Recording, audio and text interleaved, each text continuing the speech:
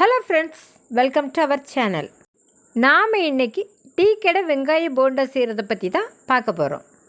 நான் சொன்ன மெத்தடில் இந்த போண்டா நீங்கள் செஞ்சு பார்த்தீங்கன்னா போண்டா நல்லா அசத்தல வரும். இனி இந்த வெங்காய போண்டா செய்ய தேவையான பொருட்கள் என்னென்னங்கிறத பார்க்கலாம். ஒரு பெரிய சைஸ் பெரிய வெங்காயத்தை எடுத்து வச்சுக்கிடுங்க. 1 இன்ச்சு சைஸுக்கு இஞ்சியை எடுத்து வச்சுக்கிடுங்க.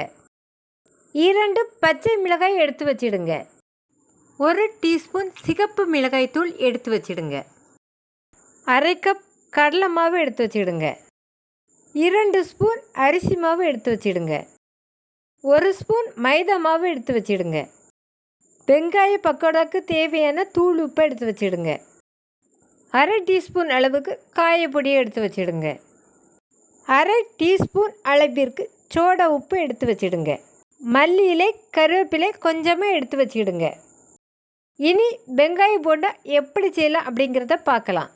எடுத்து வச்சுருந்த பெரிய வெங்காயத்தை நீள்வாக்கிலையாக கட் பண்ணி நல்லா பொடியாக கட் பண்ணி எடுத்துக்கிடணும். இஞ்சி துண்டையும் தோலை நீக்கிட்டு நல்லா பொடியாக கட் பண்ணி எடுத்துக்கிடணும். பச்சை மிளகாயையும் பொடியாக கட் பண்ணி எடுத்துக்கிடணும். இனி வெங்காய போண்டாக்கான மாவை ரெடி பண்ணி எடுத்துக்க போகிறோம். வீடியோ ஸ்கிப் பண்ணாமல் கடைசி வரைக்கும் பாருங்கள். வாங்க இப்போ வெங்காய போண்டாக்கான மாவை ரெடி பண்ணுறத பார்க்கலாம். அதுக்கு கட் பண்ணி வச்சுருந்த பெரிய வெங்காயத்தை ஒரு மிக்சிங் பவுலில் போட்டுக்கிடுங்க. கட் பண்ணி வச்சுருந்த பெரிய வெங்காயத்தை நல்லா உதிரியாக இதே போல் உதிர்த்து போட்டுக்கிடுங்க. வெங்காய போண்டாவுக்கு தேவையான தூள் உப்பை சேர்த்துக்கிடுங்க. கட் பண்ணி வச்சுருந்த பச்சை மிளகாயை சேர்த்துக்கிடுங்க. கட் பண்ணி வச்சுருந்த இஞ்சி துண்டுகளை சேர்த்துக்கிடுங்க. பெருங்காயத்தூளையும் சோடா உப்பையும் சேர்த்துக்கிடுங்க. சிகப்பு மிளகாய் தூளை சேர்த்துக்கிடுங்க. கொத்தமல்லி கருவேப்பிலை கட் பண்ணி சேர்த்துடுங்க.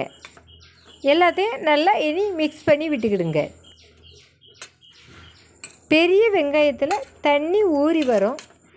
அதனால் 5 நிமிடம் வரைக்கும் அப்படியே விட்டுருங்க. 5 நிமிடம் கழித்து கடலை மாவை சேர்த்துக்கிடுங்க.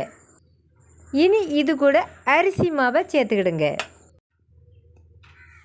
மைதா மாவை சேர்த்துக்கிடுங்க. 1 ஸ்பூன் அளவுக்கு சமையல் எண்ணெயை சூடு பண்ணி சேர்த்துக்கிடுங்க. இனி எல்லாத்தையும் நல்லா மிக்ஸ் பண்ணி விட்டுக்கிடுங்க. இனி இது கூட கொஞ்சமாக தண்ணீரை சேர்த்து பிசைஞ்சிக்கிடுங்க. மாவில் அதிகமாக தண்ணீரை ஊற்றிடாதுங்க. மாவில் அதிகமாக தண்ணீர் இருந்தால் போண்டா அதிகமாக எண்ணெய் குடிச்சிடும். அதனால் இதே போலேயே பிசைஞ்சு எடுத்துக்கிடுங்க. போண்டா செய்கிறதுக்கான மாவு இப்போ ரெடி ஆகிட்டு இந்த மாவுலேருந்து கொஞ்சம் எடுத்து ரவுண்ட் பண்ணி எடுத்துக்கிடணும். இதே போல் ரவுண்ட் பண்ணி எடுத்துக்கிடுங்க. இதே போல் ஒவ்வொரு உருண்டைகளையும் ரெடி பண்ணிவிடுங்க. ஆயில் சூடாயிட்டு ஒவ்வொரு உருண்டைகளையும் கேர்ஃபுல்லாக அதுக்குள்ளே போட்டுக்கிடுங்க. மாவு உருண்டைகள் ஒன்றோடு ஒட்டாமல் தனித்தனியாகவே போட்டுக்கிடுங்க. தீயை ஃபாஸ்ட்டாக வச்சோம்னா வெளியே உள்ளது நல்லா கரிஞ்சி வந்துடும். உள்ளே உள்ளது வேகாமல் இருக்கும். அதனால் ஸ்லோவாகவும் இல்லாமல் ஃபாஸ்ட்டாகவும் இல்லாமல் மீடியம் ஃப்ளேமில் வச்சு இந்த வெங்காய போண்டாவை பொரித்து எடுங்க. நல்லா செவந்து வெந்து வந்திருக்கு. இனி எடுத்துடலாம். இதே போல் செஞ்சு கொடுத்தா அவங்க குழந்தைங்க ரொம்ப விரும்பி சாப்பிடுவாங்க. உங்கள் வீட்டில் வெங்காய போண்டா கேட்டாங்கன்னா இனி கடையில் வாங்காமல் இதே போல் உங்கள் வீட்லேயும் செஞ்சு கொடுங்க. மீதி உள்ள உருண்டைகளையும் இந்த எண்ணெயிலே போட்டு பொரித்து எடுத்துக்கலாம். இந்த வீடியோ பிடிச்சிருந்தா லைக் பண்ணுங்கள், கமெண்ட் பண்ணுங்கள், ஷேர் பண்ணுங்கள். இதே போல் ஹெல்த்தியான டேஸ்டியான வெஜிடபிள் ரெசிபிஸ் வீடியோ வேணும்னா எங்களோட சேனலை சப்ஸ்கிரைப் பண்ணலைன்னா சப்ஸ்கிரைப் பண்ணி வச்சுக்கிடுங்க. பக்கத்தில் இருக்கிற பெல் பட்டனை கிளிக் பண்ணுங்கள். அதில் ஆல்னு செட் பண்ணுங்கள்.